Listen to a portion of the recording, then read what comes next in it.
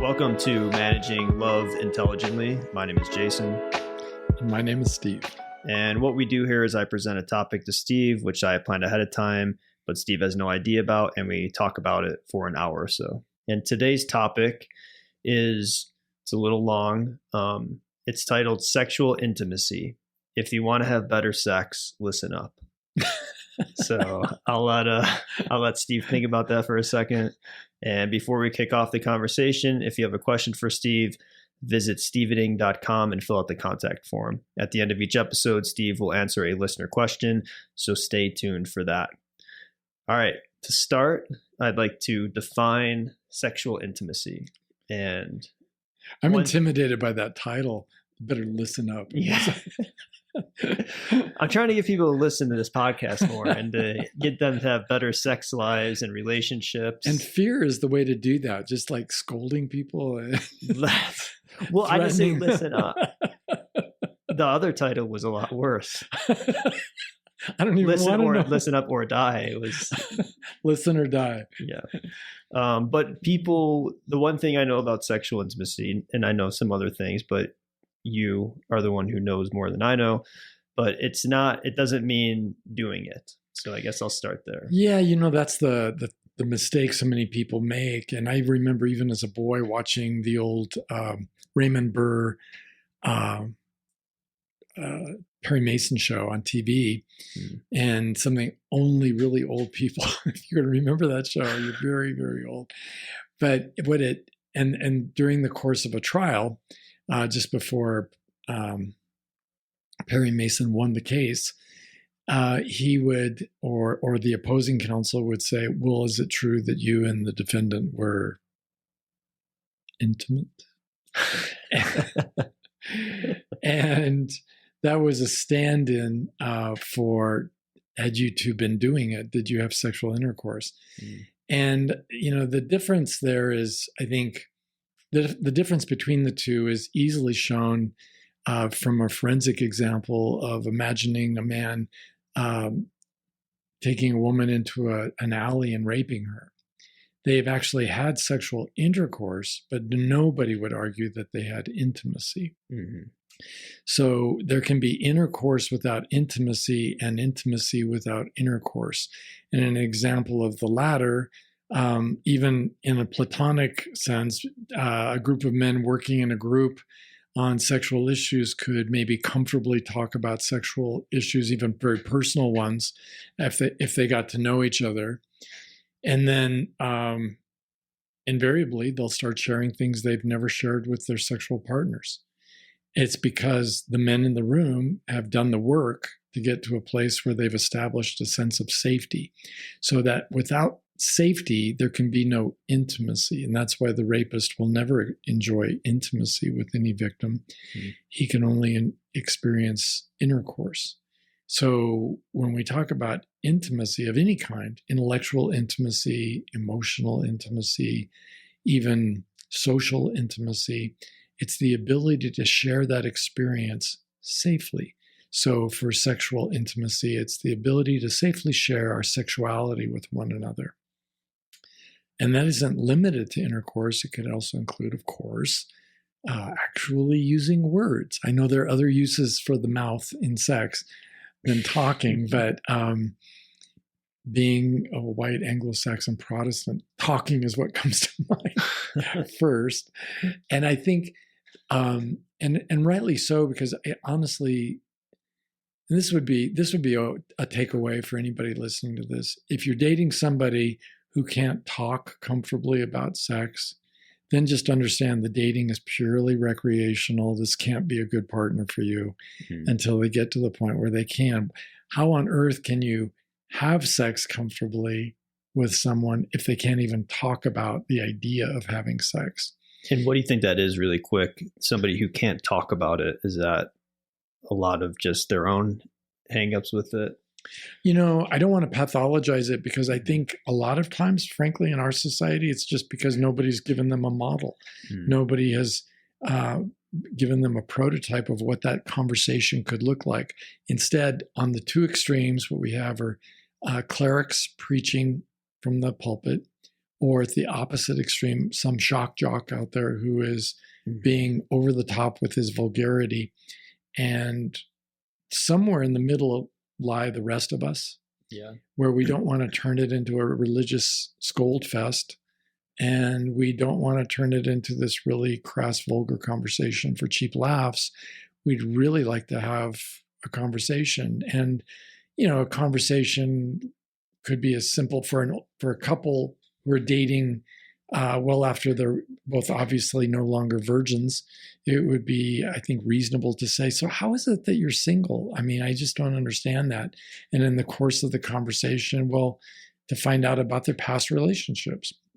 Well, what was it good between you two sexually? And I think that is a question that needs to be answered as well as asked by both parties, because I think it tells the interviewer so much about our attitudes towards sexuality. And frankly, if we're both talking in such a way that it's sort of obvious we're kind of moving toward a committed relationship like marriage, but we can't talk about our past relationships at all, I think that's a big red flag. So, are there some people that are like, if you did bring that up, they'd be like, oh, no, this guy just wants to talk about sex all the time? Well, that's a risk, I think, for so many people, men or women who bring up sex. She's worried she'll sound like a slut. He's worried he's going to sound like he's a horn dog, and that's all he cares about.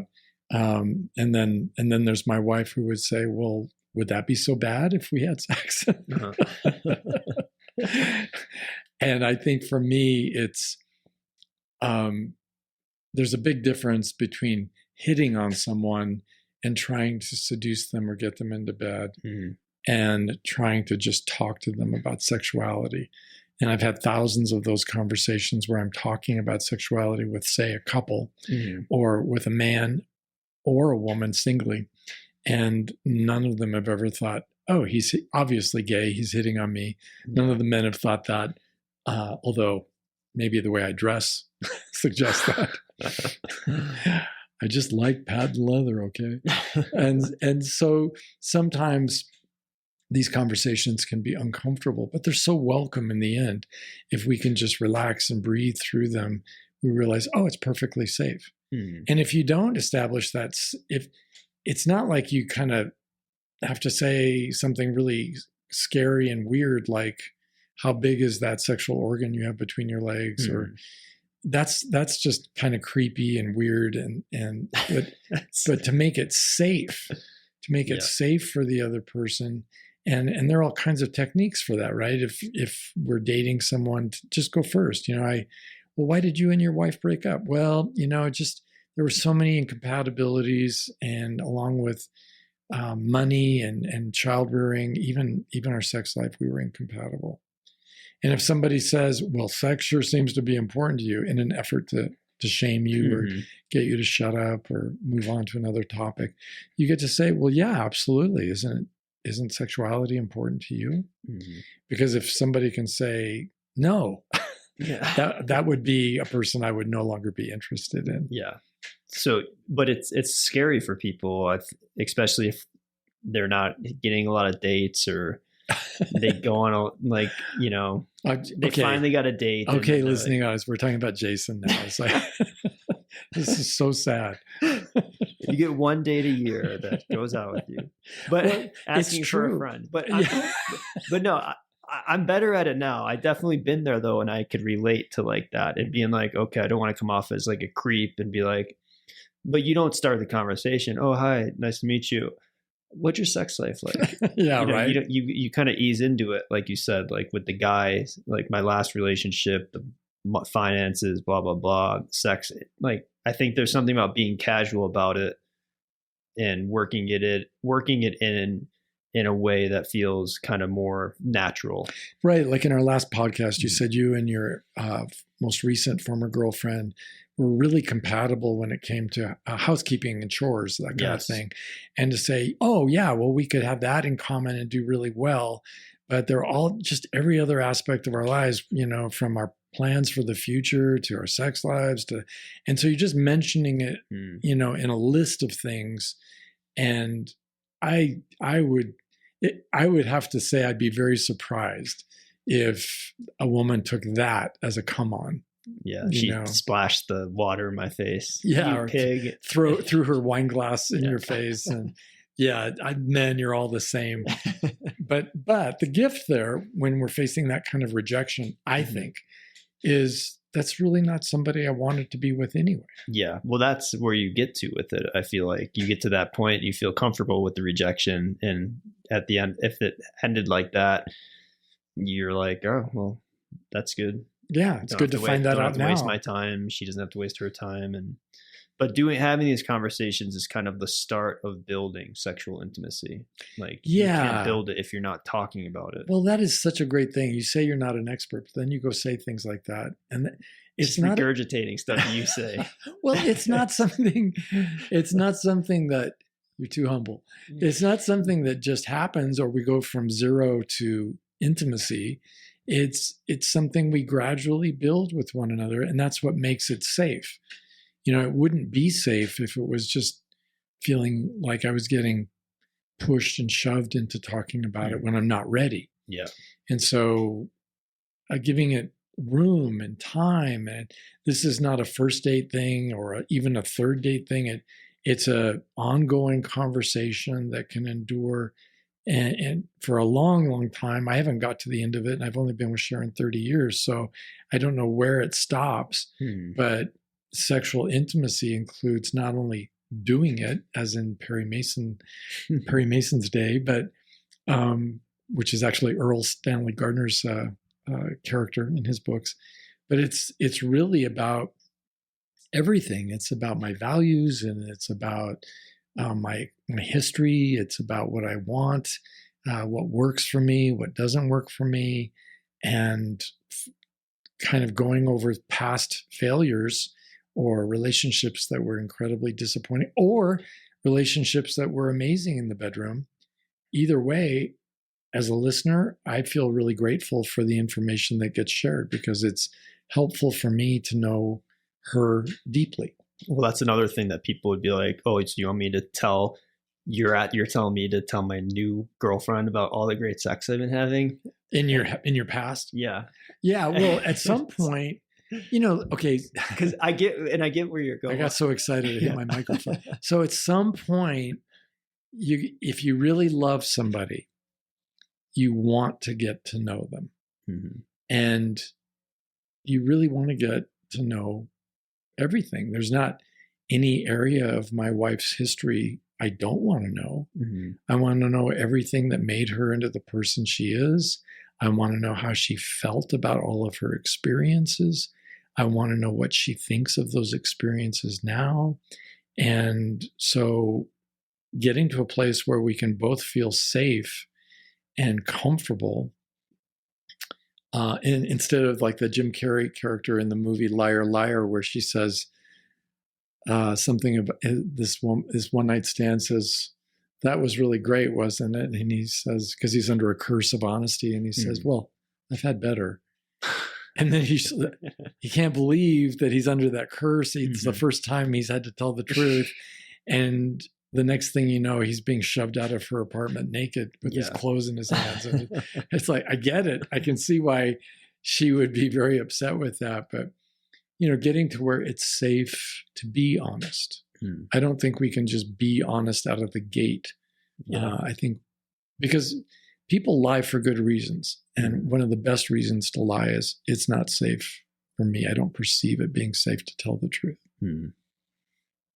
And so, and when you talk about this, like sexual intimacy, is it because you say sometimes in men's groups that they'll have more sexual intimacy within the group because they're talking about things that they can't even tell their wives or their girlfriends and stuff like that. So that's another sort of trap, that a reason why you want to have these conversations and go into it like earlier than later. I mean, not right away, but it's like you want to start the conversation sooner than later. Well, when you say start the conversation, you mean at that elementary level?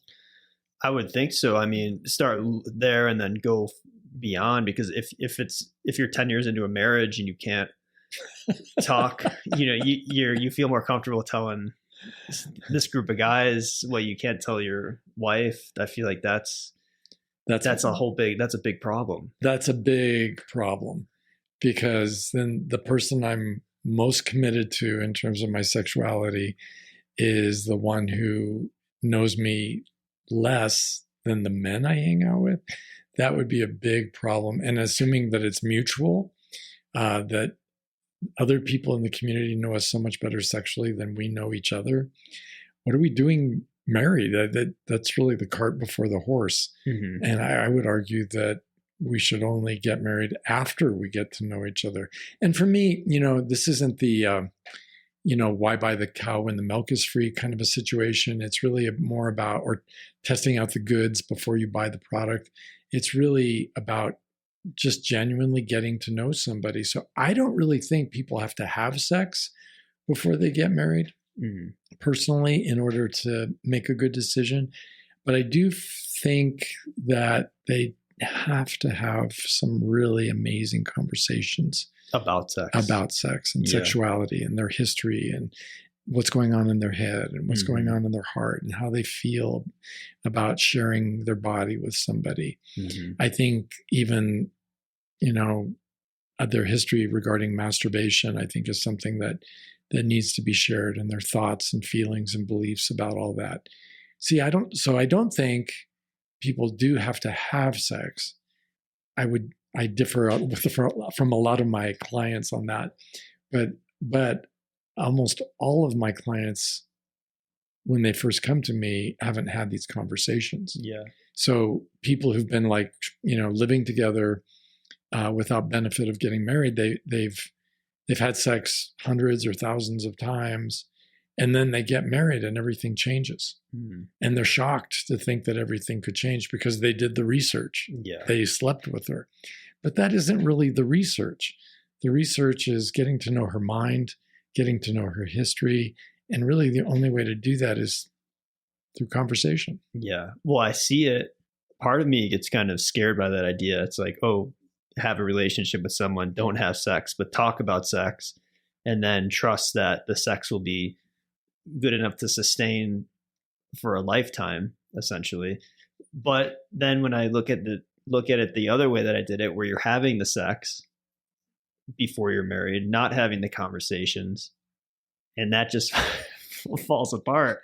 So It's like, I'm kind of like, I don't really know what to think. Like it makes sense if both those situations reversed, that you would be able to, the sex would be fine, like the physical act will be fine if you had those conversations, like you're saying. I would argue that, to be more precise in what I was saying, that I don't think one has to have sex, but I'm also not against people having sex. I just think it's not an impediment to knowing who somebody is sexually. The conversation is really where the conversation is really where the truth comes out. Yeah. And the comfort level comes out. So I think a couple could have sex and really, I remember having sexual experiences and with women who couldn't talk about sex even after we've had sex. So it's, the conversation is really where it's at. Yeah. They're two separate variables and they need to be handled separately. Do you think you'd be able to, like, say you weren't married, to be in a relationship for a year, no physical sex, but have all the sexual conversations and then get married after that? Yeah, that's a really good question. Let's maybe make it a little easier on me because I'm old. Let's say you're like 40, yeah, you're in your prime. Oh, you're asking for a friend. Full head of hair. I guess for me, I would want to keep having the conversations. And the conversations at some point for a young, virile, fully haired man as yourself, I think could naturally lead to sex, even like over time, even if each of you had meant to not be sexually active, or there was some reason to not be sexually active. Let's say one of you was medically impaired for a while. Yeah. And I think, but the conversations about sex, if if it's green light after green light after green light, you're liking what each of you is sharing with the other. It feels really intimate. It feels really close. I could imagine having sex or moving in together at some point, many months later, 6 months, 12 months. Let's say she's in some sort of a full body cast because you're dating an 80-year-old who fell on her hip. And it's a good pool. It's a good dating pool. But whatever it is, I just think, well, I mean, realistically, I could imagine it happening with, say, someone you meet on the internet, someone you meet on the phone, and you get to know each other through writing and talking, and you're sharing all this information, which is how my wife and I spent the first 3 months of our first acquaintance.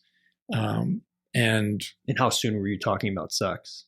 I suppose after about the first 30 hours of telephone conversation, because that's a guess on my part, because we were talking about all kinds of things, what we were looking for, failed marriages. And it only got to the point, at some point I said, so you sound really beautiful. What do you look like?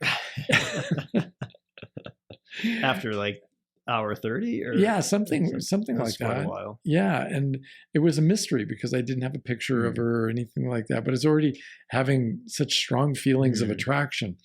And so you're creating intimacy and connection just through the transfer of vocal sounds. Yeah, absolutely. And we're having sexual intimacy, sight unseen. We were having, because she's telling me what she looks like. And then she said, so what about you? And of course, if you know me, I made a joke about being incredibly good looking. And and then I misdirected her with a lot of false information and making fun of myself. And she the important thing was, yes, she laughed at all the appropriate times. But, we were already getting comfortable talking at a sexually intimate level that I'd never reached with any other woman. I'd never asked any other woman on a dating experience, so how do you feel about your looks? That would have been something more natural, I suppose, in a meeting face to face and dating after 30 hours of conversation. So, Susan, I think you're pretty, like, how do you feel about yourself physically? And I could see somebody, and then she asks him, and we just had a podcast where we talked about body dysmorphia. There a question came up. And I think that, for the listeners out there, wow, if you're already comfortably talking about self-image as you perceive yourself physically, and you're meeting somebody who feels good about themselves, that's a really good beginning. Because we're both feeling safe, we're both feeling comfortable, and kind of opens the door just a little bit more to a little more intimacy.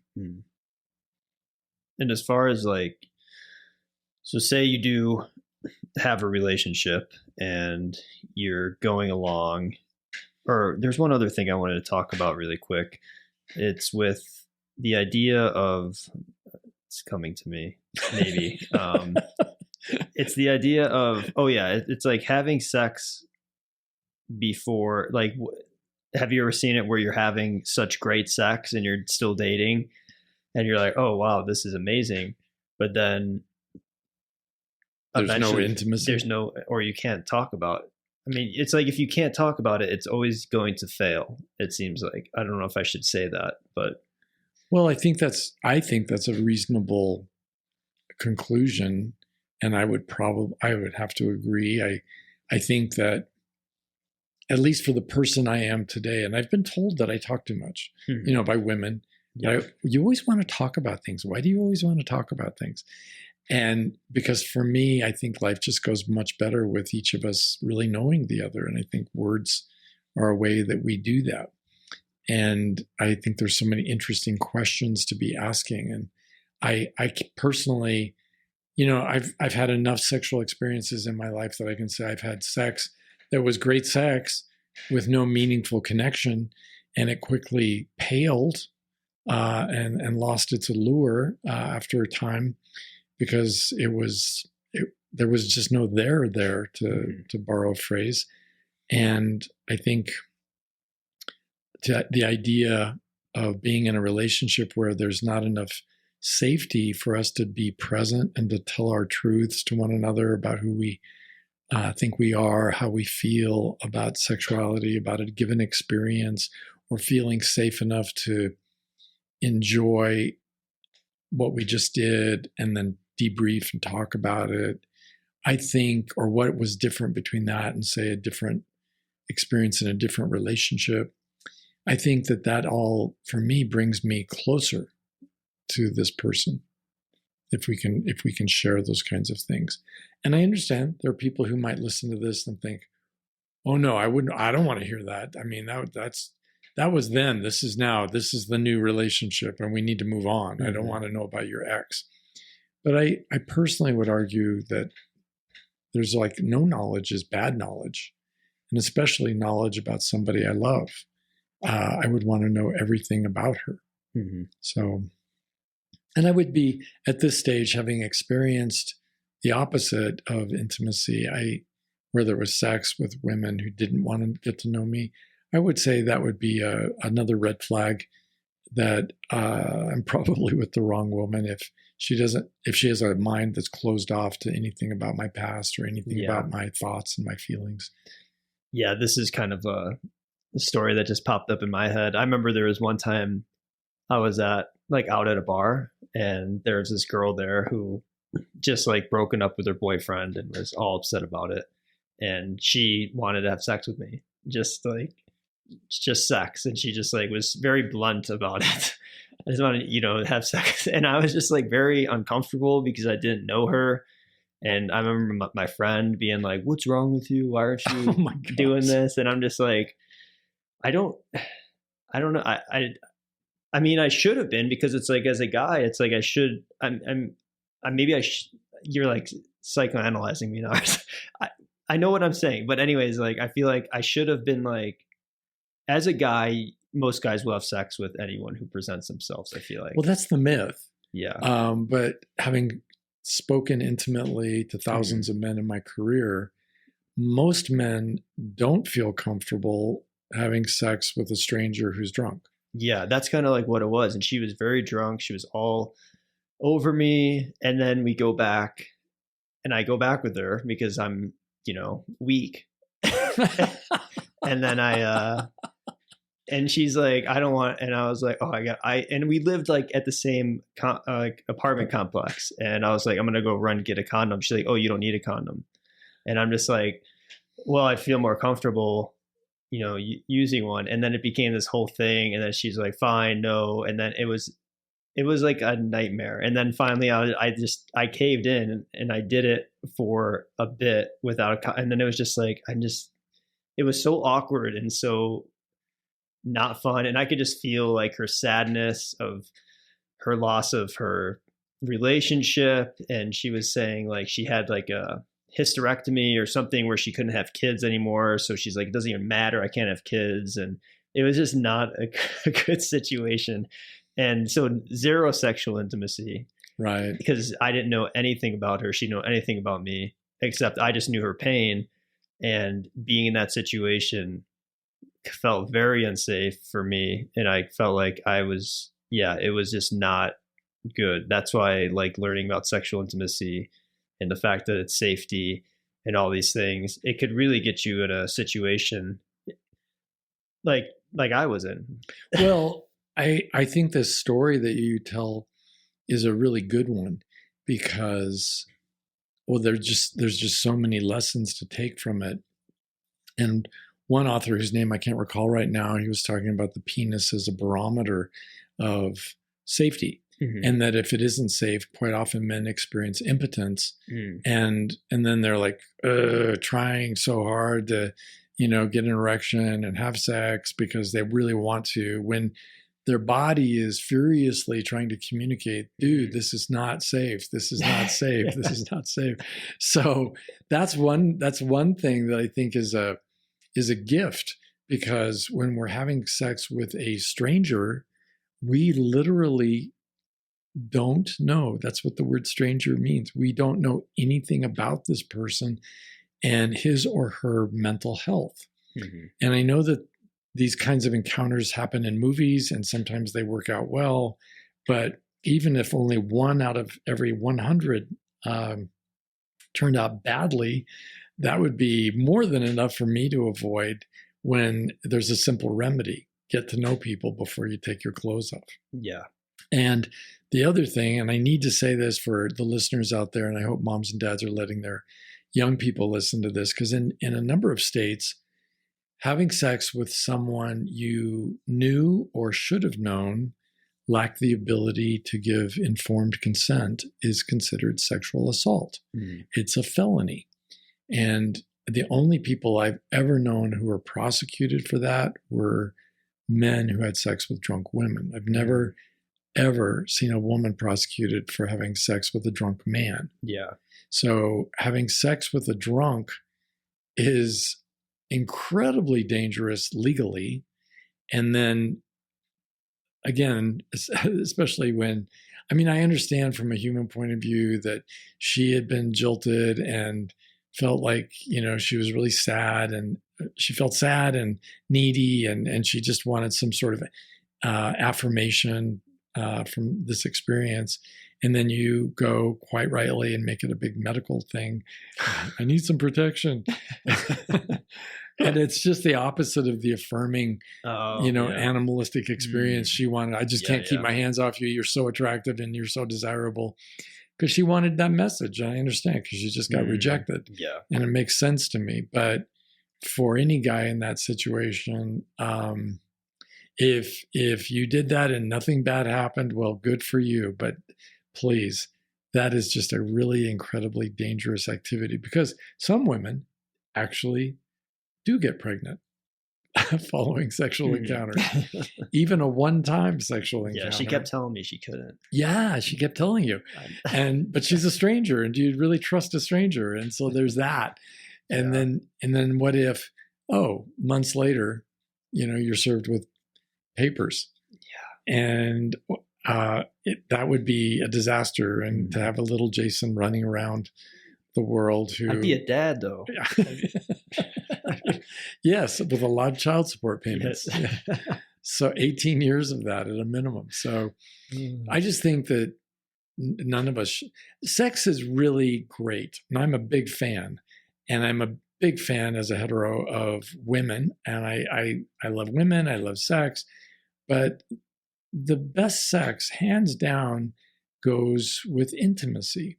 So if you really are a connoisseur of sex and you want to have great sex, you need to be in a situation where you feel extremely safe. And the other person has to feel safe. Yeah. And feeling unsafe can come from so many different directions. You're in an unfamiliar place, you're in her house or apartment, you've never been there before, and you're not sure what's going on, and you hear weird noises coming from other parts of the house. That would be enough to throw me off. And I was talking to a guy who he's since deceased, but he was a judge, and when I knew him, and he was having a one-night stand with a new lady, and in the morning when he could see, because it was dark when he got there, as his feet swung out from the bed, he looked down and he saw this pair of shoes that he said had to be size 14 or larger. And they were work boots. Uh-huh. And he said he's never gotten dressed so fast in his life, because he concluded she was married, or at least there was another man in her life who was used to leaving his work boots there, and that he needed to get the heck out of there before he got shot by somebody. Wow. And that's the other risk with a stranger. Yeah. She said she broke up or got dumped by her boyfriend, but did she? Or was this something else going on that you didn't know about? Yeah. Or and was her boyfriend coming over that night to make up with her, and there you were? It's just, there are just too many possibilities of legal problems, safety problems, violence, any number of accusations later on. And I have met men who were later accused and convicted of sexual assault following an encounter like that. Well, you know what my friend would tell you? It was worth it. You're no fun. Yes. I've been told that before, I guess, but not because I don't like sex. I do. And I think I'm no fun when it's just not, the risk to reward ratio is just not working for me. Yeah. And I agree. And it made me feel confused by doing it. It didn't make me feel good to like have this weird interaction with this person and not really kind of have sex, but not really go all the way with it. And her just like, she's like, we're done. I'm not doing this anymore. And then she's like, okay, come back. It was just like this weird thing. And I'm like, I eventually just left and being like, that was so weird. And it didn't make me feel good. It made me feel like out of my power, out of my comfort zone. I felt like I betrayed myself. I felt like I did a lot of stuff all because, I had this person throwing themselves at me, and it was an opportunity to have sex. And then my friend being like, oh, you're part of my language, like pussy, if you don't do this sort of mentality. And it's just like, I don't, thank God I'm not friends with him anymore. So you know who you're talking, who I'm talking about. Yeah. So Roger Bacon, yes, or whatever your name is. So he could go and have all that stuff. And I mean, it's just not my thing. Yeah. And I don't want the listeners to go away thinking, I would definitely tap that, because those same listeners are going to end up in a group therapy situation following their incarceration with somebody like me talking about high risk situations and how they need to be more attentive to the details, of what's going on. It's just, I like sex as much, I suppose, as anyone, but the idea of unsafe sex, really, it's not worth it. There's like, it would be like doing any other thing that I could live without for one day. Yeah. And why would I do that? And it's not fun or enjoy. I mean, maybe you get in there, it's a great time, but usually it's not. I mean, the situations that I know that are the best, like you're saying, are the safest, where you feel comfortable, where you feel relaxed. And again, I think it's in your body. You could tell, like, if you listen, your body will. That is so true. I think it is in our bodies, but the stereotype is the guy is always ready to have sex. And I've had many women say to me, well, I know if ever I want to have sex, I can go to any bar in town and get laid. Yeah. And well, that is true. And I think there's a lot of truth to that, at least, because it's a bar and people are drinking and their inhibitions are down. But that's not really what most of us want to do, because it's inherently unsafe and inherently unsatisfying too, because there's no love, there's no intimacy. It's just, it's like shoveling food in your mouth because you're starving. It's not really the same as a great meal. Yeah. So when we talk about intimacy, I would argue that the best sex would be following the kind of conversations we were talking about and getting to a point where we're now ready. Yeah. Because we've talked about all these things and we're really clicking, we're the same. But the danger in jumping into sex, like a date rape situation where he didn't arrive at her apartment planning on raping her, but he got worked up. He thought, he was having a great time. It felt really great to him. And he was impaired in his discernment because he concluded, well, she must be wanting this just as much as I want this. And therefore it's consensual, when in fact it was rather obvious, looking back on it, if there had been a video of what she was saying and what she was doing, it would have been obvious that it really wasn't consensual. But when you're sitting having a consensual conversation at a public place like a restaurant, or even the library, for those of us who are book nerds, you can have these safe conversations about our sexuality that are totally consensual. How do we know that? Well, because in a public place, you can always stand up and walk away. So it's absolutely consensual. Yeah. So I want to talk too about, so say you are in a relationship and you're talking about sex and you're having building sexual intimacy and it's going really good. How much do you share with that person? Do you share everything? Like, do you go back to your childhood, to your fantasies, to your desires? Like, what, like, how far back should you go? Because there are things like, I'm sure the moments where you realize that you are a sexual person, when you start masturbating, is what I'm going after.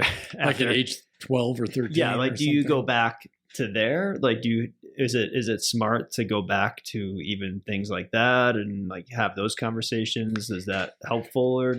Well, I'm really suspicious of people and books who promote the idea there are all these rules. And I think this is a judgment call on the part of the two people. And I think it's a lot easier to make a good judgment when we're in a conversational setting that is not her couch having the pre-makeout conversation, Mm-hmm. where if it all goes well, we're going to end up in that bedroom. Yeah. I think it's really important to structure. It's like building a relationship. You're trying to do this intentionally and intelligently, and it's really really easy, I think, for people who are uncomfortable talking about sex to terminate the conversation and go have sex. Mm-hmm. Yeah. When really, my new pursuit would be, if I were suddenly single again, I would just want to be kind of replicating what I experienced in my current relationship, where there's a conversation that's getting increasingly safe.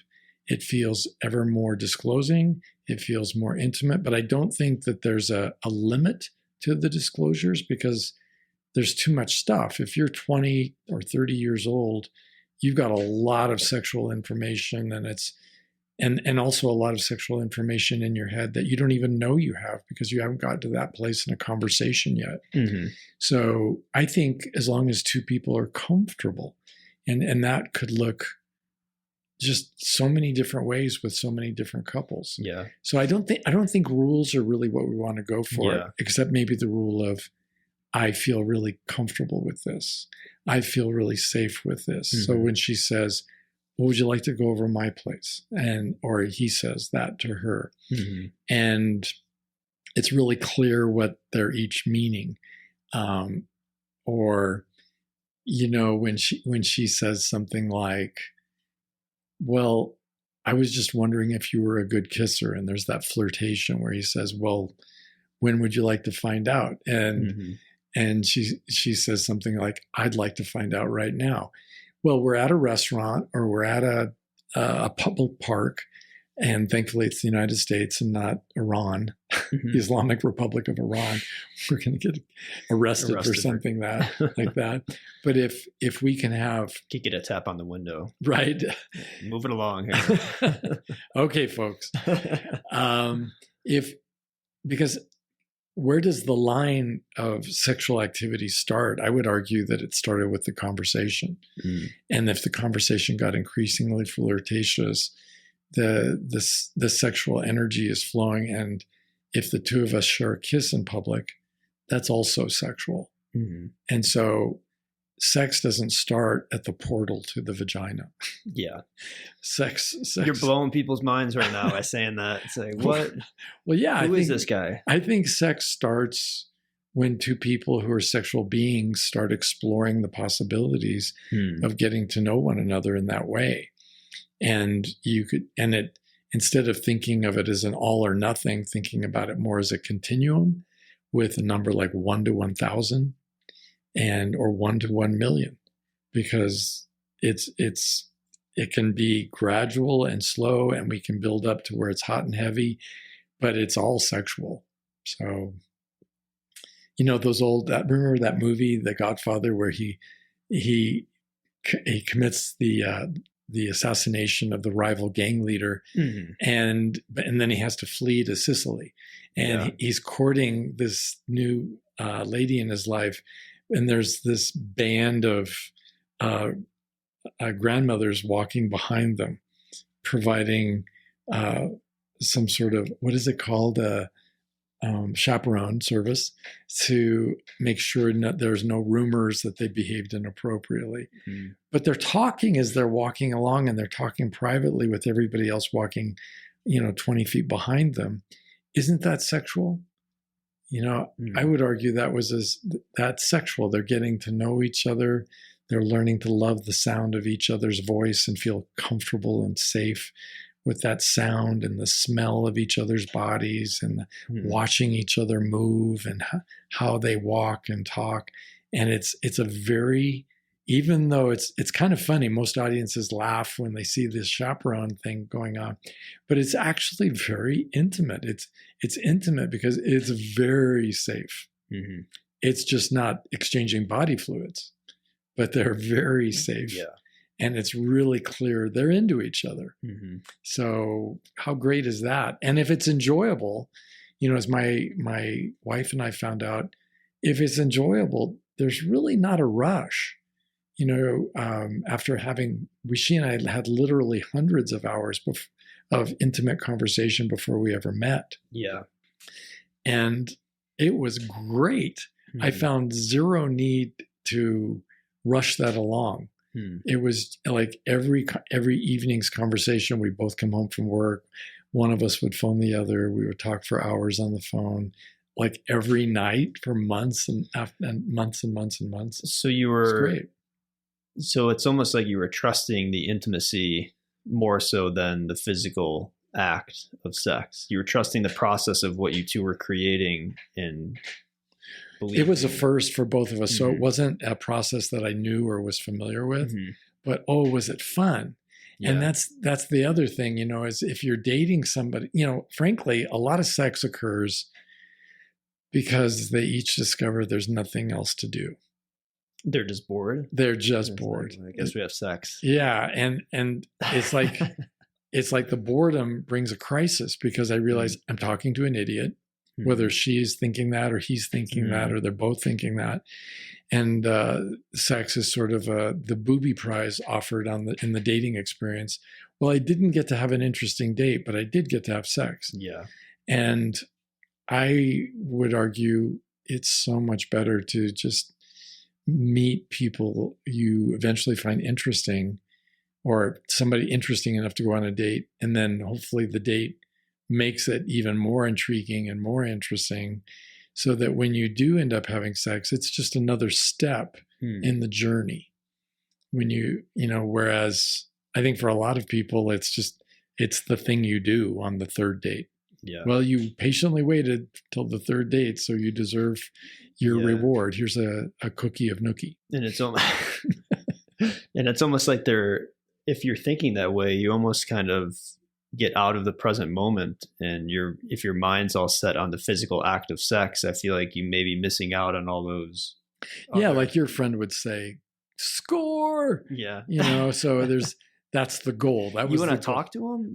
No, that was the goal all along. Yeah. And actually, I wouldn't mind talking to him. I've talked to hundreds and hundreds of guys who think that way. And then he wouldn't talk. That guy, which I'm not friends with him anymore, but he wouldn't talk to you. He thinks all therapy is a joke. All right. And for weak people. So it's for the weak. Yeah. Yes.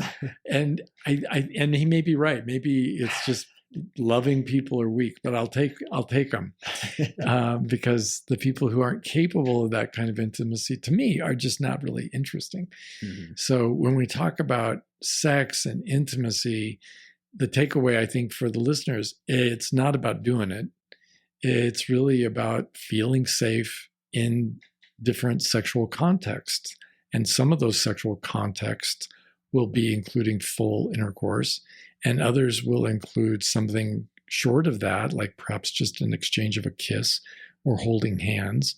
And something short of that might be just mere conversation. And it could be conversation in the parking lot outside of work after work. Mm-hmm. I mean, it could, and you go home with, kind of happy just thinking about that conversation. It was so great getting to know her in that way. Or she likes me. She really likes me. And it's fun. All of that is a fun part of the entire courtship. But if you're doing courtship right, it should all be interesting in the sense of like there's no impetus to finish it and get to a higher level or a deeper level, because this level is pretty damn good. Yeah, I agree, and I've had experiences more like that in the recent. Yeah, and it's great when recent life. It's great when that happens. And I think there's a Bible phrase: "You have not because you ask not." And I think if all of us had that in our minds, and we were asking that of the universe and bringing that kind of thing up in dates, I think we would get it. I think there are so many people who don't know what to do when it comes to romance. And they think, well, now we should have sex as if it were a rule or something. Yeah. Or now we have to avoid having sex as if that's a rule. And I would say, no, the guiding principle would be talking about that you're really craving a close connection. And the only way you can imagine having a close connection is through feeling safe. And the only way you can imagine feeling safe is really getting to know each other. And I think most men and women would really welcome that. And that leads to this question. So do you feel like people are holding back with this stuff, or do you feel like they just don't know about creating this sort of thing? And I didn't know. And I think most people don't know. And I continue to meet even young people who, another plug for a more progressive sex education. When I think of sex education, I think of a human sex education that would put sexuality in a human context, and that context would be about intimacy and what does it take to build a really good relationship where, because right now our current sex education model is really about anatomy and physiology. These are the parts, this is how they work. And then they throw in a lesson on pregnancy and STDs. So that, okay, that's it. We've covered sex. Sexuality has been covered. But that's more, I think you could almost compare that to what a veterinarian would learn. Anatomy, physiology, this is how you pull a calf. And this is how you treat an infection in the animal's reproductive system. But it's not really human, because humans do this other thing. And the research has proven over and over again in cross-cultural studies that women are really interested in intelligent men that they perceive as intelligent, and they want men who are kind and charming. And to be able to allow ourselves to get to that point where we can relax enough to be kind and charming. Whereas I think most people, honestly, if you think about it, the awkward 13-year-old who's on his first movie date, and he's stuttering and he's uncomfortable and he doesn't know what to do. Do I open the door, not open the door? How far do we go with this kissing thing? I think there's so much unknown, it just doesn't feel safe. And instead, I think, what about just having conversations with each other? I think that would do 13-year-olds a lot more good than doing what I would call the Braille approach to intimacy, where I'm just going to run my fingers over her body as much as I possibly can to try to get the message. That's not the message. The message is going to be talking. And before people, young people at least, and when I say young people, I mean anyone under 50, before people can actually talk and have these conversations, I think they need to experience it vicariously through watching film. And I want to recommend a film to everybody out there. And it's all of the films I could ever recommend to the listening audience have been released in motion picture theaters. They are R-rated. It's hard to talk meaningfully about human sexuality without getting an R rating. And this is one of the great Joseph Gordon-Levitt's films. He has done some amazing work on human sexuality. And this film was just amazing. And it was called Don John, like Don Juan, only spelled John with Jon. And it's for anybody who wants to manage sexuality intelligently, this is required viewing. So the movie is the theme, and I think the through line is a young man discovers the difference between sexual intercourse and true sexual intimacy. And And you didn't write this? Did he write it? You didn't write this? Oh my God. I wish if I had that kind of talent. Oh my God. Yeah, no, it's a great film. There is nudity in it, and a lot of nudity, because it starts off with this young single guy who's really into porn and masturbation. And I promise you, it's extremely illuminating, and it will lead you into real clarity when it comes to what is intimacy, which is the point of this whole podcast today. Yeah. And then one final question with sexual intimacy, as with intimacy, this is an infinite unfolding of the couple and learning about each other and evolving as a couple and growing as individuals. It's the same thing with regular intimacy, right? Sexual intimacy, it's the same. Like the levels you could reach, because some people get bored with sex or whatever, but if you're... Oh my God. So I can't believe we didn't talk about this. So many couples, right? They get to where it's the SOP, and that phrase does not stand for standard operating procedure. It's the same old whatever, fill in the blank. And when couples have had sex in every position and in every room, and then after that first year, things really start slowing down, typically.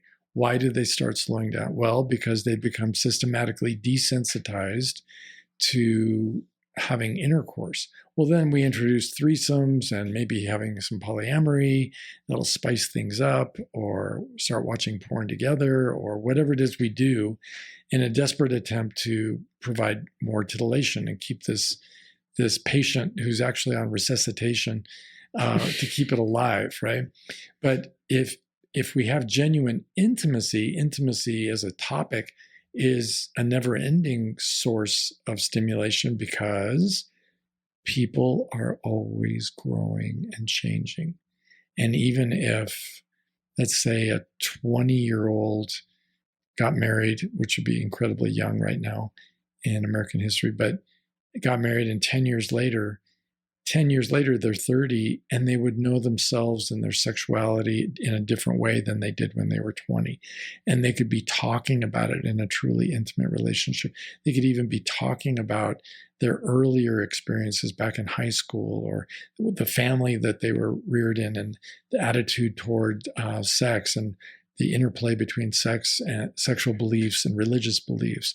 It'd be so interesting to get to know somebody in that relationship, so that sex is always in the context of an ever-growing intimacy. And that's why it remains exciting.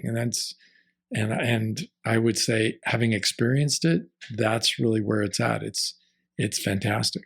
And that's why I called this episode Sexual Intimacy. If you want to have better sex, listen up.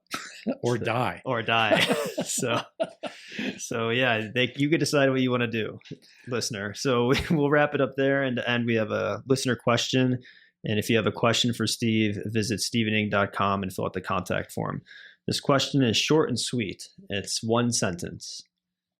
It says, what is your best advice to couples who are trying to rebuild trust after an affair? Oh, so simple, right? Yeah. Well, that's really hard too, because of course, trying to give generic advice to any couple that one doesn't know. A couple I don't know, and they're all going to have their own issues individually and as a couple. But the one thing I would say every couple needs to know is that there is no unforgivable sin.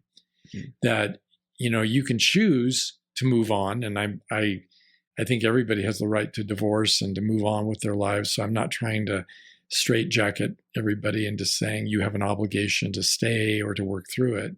But if you choose to work through it, and you both feel like you want to go forward in that direction, this is a totally doable thing. It's a human problem with very human solutions. And trust is not rocket science. It's a very straightforward proposition.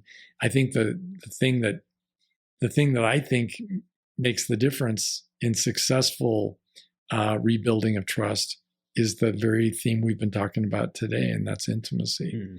Because if I can't feel safe and comfortable talking about the past, what happened If I can't feel, then we're not there yet. We haven't finished our job.